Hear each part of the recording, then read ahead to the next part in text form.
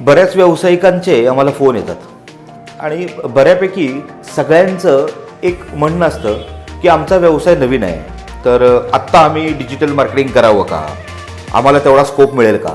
तर मला या सर्व नवीन व्यावसायिकांना एक सांगावं वाटतं की तुमचा व्यवसाय ज्या वेळेला नवीन असतो त्याच वेळेला तुम्हाला या गोष्टी करणं अत्यंत गरजेचं आहे.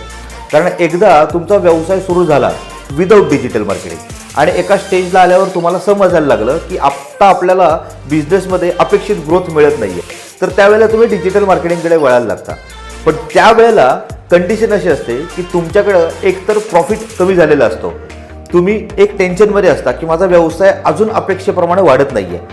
मग त्यावेळेला जेव्हा एजन्सीज तुम्हाला काही कोट देतात त्यावेळेला तुम्हाला ते कोट जास्त वाटतात आणि मग तुम्ही ते न करता तुमच्या व्यवसायाला तुमच्याच पद्धतीने सस्टेन करण्याचा प्रयत्न करत असता. या सगळ्या प्रोसेसमध्ये फटका बसतो तो व्यवसायाला आणि एका विशिष्ट काळानंतर तुम्ही थकता आणि त्या व्यवसायातून किंवा मार्केटमधून बाहेर पडता. तर ही चूक करू नका. व्यवसायाची सुरुवात करण्याच्या वेळेलाच तुम्हाला डिजिटल मार्केटिंग आणि सोशल मीडिया करणं प्रचंड गरजेचं आहे.